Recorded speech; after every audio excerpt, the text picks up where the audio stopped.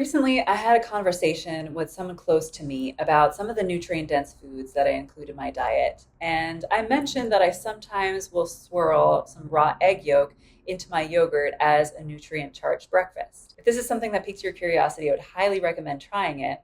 But this person's response was really interesting to me. He said, "Oh, yeah, that's what bodybuilders do."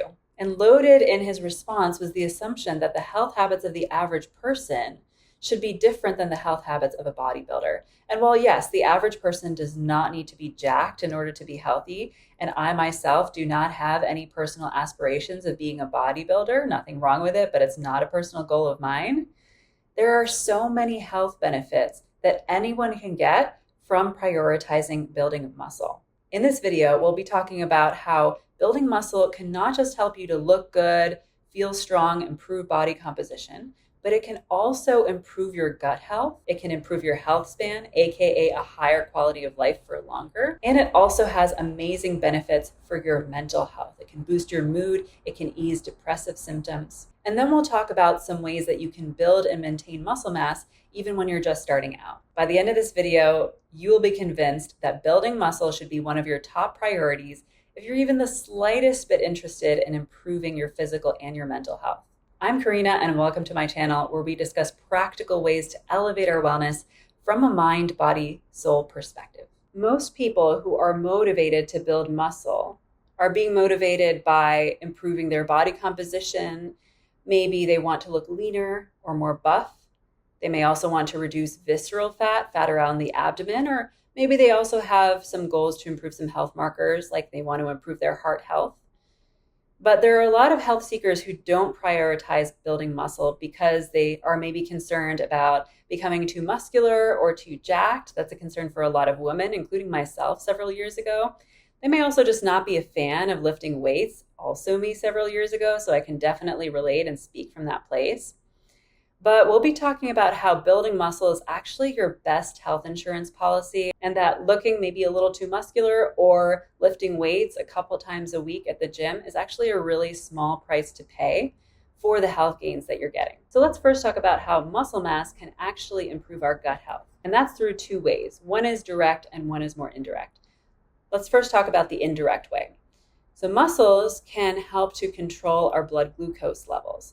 When blood glucose levels are chronically elevated, this can actually disrupt the balance of bacteria in the gut microbiome, and it can also damage the intestinal lining, leading to intestinal permeability or leaky gut, where the gut lining becomes porous and bacteria start to leak out into the bloodstream and cause all this inflammation. So muscles act as a glucose sink. They start to absorb a lot of the extra glucose that's hanging out in the bloodstream. And what can sometimes happen is with high intensity exercise, such as lifting weights, is that your glucose levels go up temporarily. And that's just because the liver is releasing stored glucose for the muscles to use. But long term, building muscle mass is a really great strategy for controlling blood glucose levels and for helping to support your gut in the long term. And then the second, more direct way that building muscle can improve your gut health is that the very contraction of skeletal muscle releases glutamine, which is a critical amino acid for protecting and strengthening the gut lining. So let's talk about the mental health side of things. How can building muscle mass enhance our cognitive function and improve our mood? So first off, by working our muscles, we increase brain-derived neurotrophic factor. This is a protein that supports our neurons. It helps our neurons to grow and to specialize in different functions. And it also supports the synapses, which are the connections between the neurons, and that helps with learning and memory, and also the adaptability that comes with that. The ability, for example, to use past experience to adapt and respond to the here and now. That helps us to feel more capable, more resilient, and in effect, it reduces stress. And then another direct way that building muscle can improve our mood is that contracting skeletal muscle, in addition to releasing glutamine, that amino acid for our gut, it also releases these molecules called myokines. And certain myokines, specifically irisin and interleukin 6, have actually been studied to improve depressive symptoms and to improve mood. So then what about the link between muscles and health span?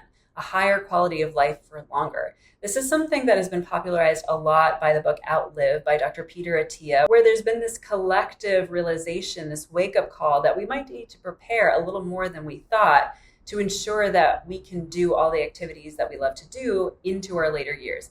And this, by the way, is not about this negative belief that we're going to become decrepit as we age, that we inevitably decline as we age. I truly believe that we can be at the peak of our health when we're 80, 90, even 100. But we need to prepare to make sure that that actually happens. And one of the best ways to do that is to build muscle mass. Dr. Attia uses a framework that I really like called the Centenarian Decathlon, where you list out all the things that you want to do, all the activities that you want to do into your later years. And then you have to factor in the decline in muscle mass that happens. So he estimates that to be about 8 to 17% per decade.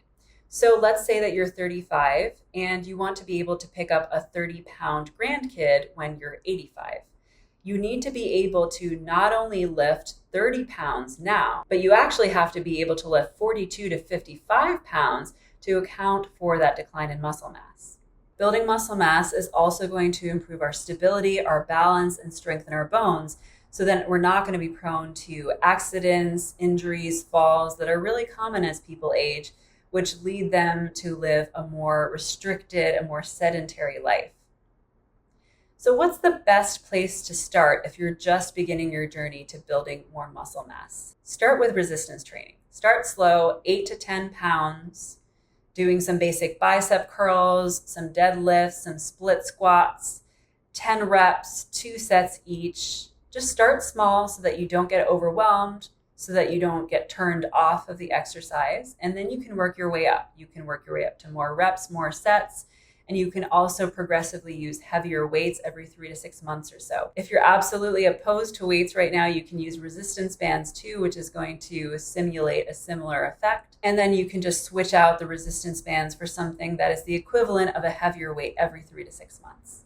And all of that we are doing to break down the muscle so that it builds back up stronger. But then we need to feed our body the things that it needs for the muscles to actually build back up. And that's going to be high quality and a sufficient amount of protein. High quality means it has all 9 essential amino acids, especially leucine, which is critical for signaling the buildup of muscle tissue. And that's going to really come from animal foods. And then you want to make sure that you're getting enough protein as well, at least 0.8 grams per pound of body weight. Notice I said per pound and not per kilogram. Per kilogram is the current government RDA, and that's just not enough. So per pound, that's going to be, if you weigh, say, 125 pounds like I do, that's going to work out to 100 grams of protein per day. In terms of the frequency, there is a lot of research out there to show that distributing the protein across 4 meals per day is optimal for building muscle. For me, I just have so many things going on throughout the day. I like to just have 2 meals per day. And so I distribute out the protein that way, 50 grams per meal.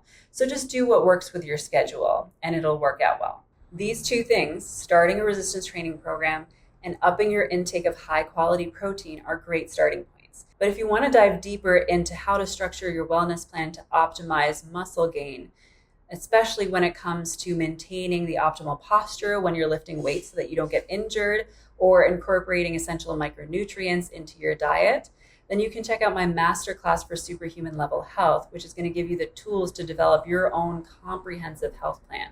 And I'll leave a link to that in the description box. So really, it's a no-brainer to prioritize muscle mass as part of your wellness strategy. And while most of us, including myself, are not going to go full on Arnold Schwarzenegger, maybe it is time to start incorporating some aspects of a bodybuilder's routine like the ones that we mentioned. If you found this video valuable, please give it a like and share it with someone else who might resonate with this message. And if you want to learn about more ways to feel fantastic in your mind and your body, then feel free to subscribe to this channel. Lots of love, and I'll talk to you soon.